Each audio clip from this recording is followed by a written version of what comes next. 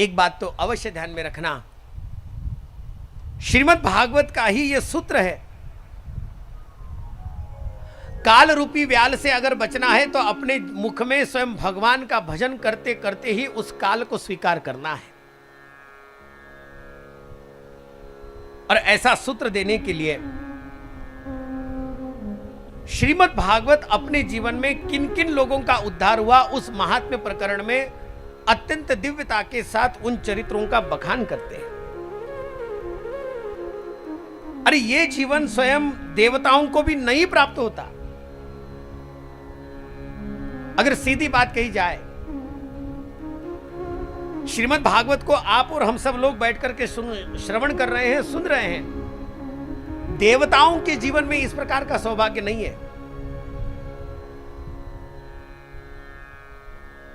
देवाधिकांना सुद्धा हे ऐश्वर्य भोगता नहीं आलं।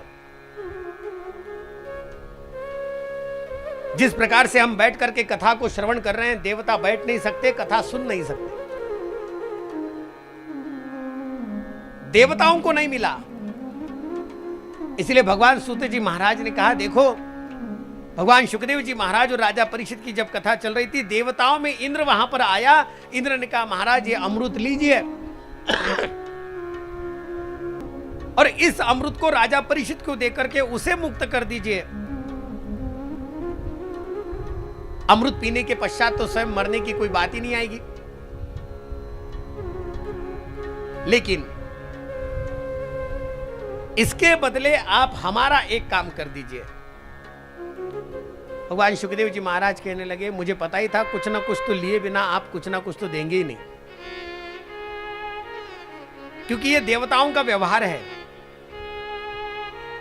अमृत तो हम स्वयं परीक्षित जी को दे रहे हैं, लेकिन ये कथा आप हमें परीक्षित जी के बजाय आप हमें श्रवण करवा दीजिए।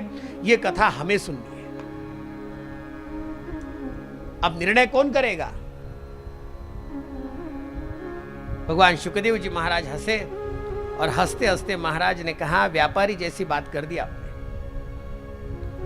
जैसे व्यापारी अपने व्यापार को करते समय पर अपने लाभ को ही देखता है, दूसरे का चाहे नुकसान कितना ही हो जाए। भगवान ने सुखदेव जी महाराज ने कहा, यह तो व्यापार वैसा हो गया कि जैसे कांच ली, कांच दे दी और अत्यंत उत्तम महंगे सर्वोत्तम मणि को ले लिया। कांच के बदले मणि का व्यवहार हो गया। क्वम सुधा क्वम कथा लोके क्वम क्वांच क्वम मणिर महान क्वम क्वांचम क्वम मणिर। अरे कहां कथा, कहां अमृत, कहां एक कांच का टुकड़ा और कहां पर एक मणि। मणि के बदले कोई कांच लेता है क्या? या फिर कांच देने के पश्चात कोई मणि लेता है क्या? जैसे ये व्यवहार नहीं होता ना, वैसे ही स्वयं अमृत के बदले कथा नहीं होती। अरे अमृत पीने से होगा क्या? बैठे हुए आप में से कितने लोगों ने अमृत को देखा है? जरा हाथ खड़ा करना। तो पाहिलं का कोणी अमृत? पाहिलं असतं तर तो इथं दिसलाही नसता।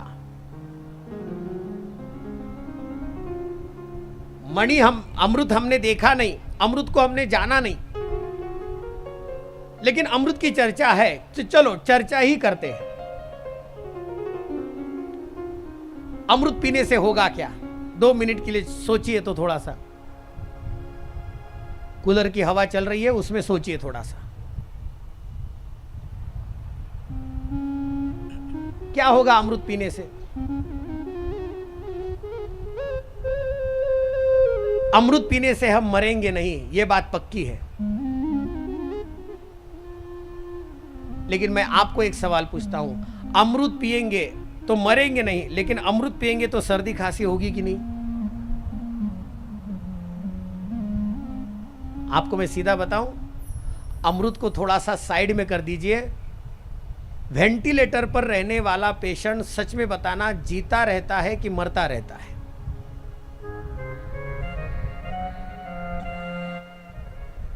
अब बात समझ में आ गई सबके।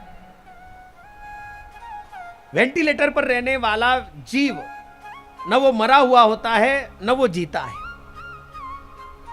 जिस प्रकार वेंटिलेटर पर रहने वाला जीव अपने जीवन का आनंद नहीं ले सकता और वो मर भी नहीं सकता, अमृत पीने के पश्चात अपने जीवन का आनंद भी नहीं ले सकता और वो मर भी नहीं सकता।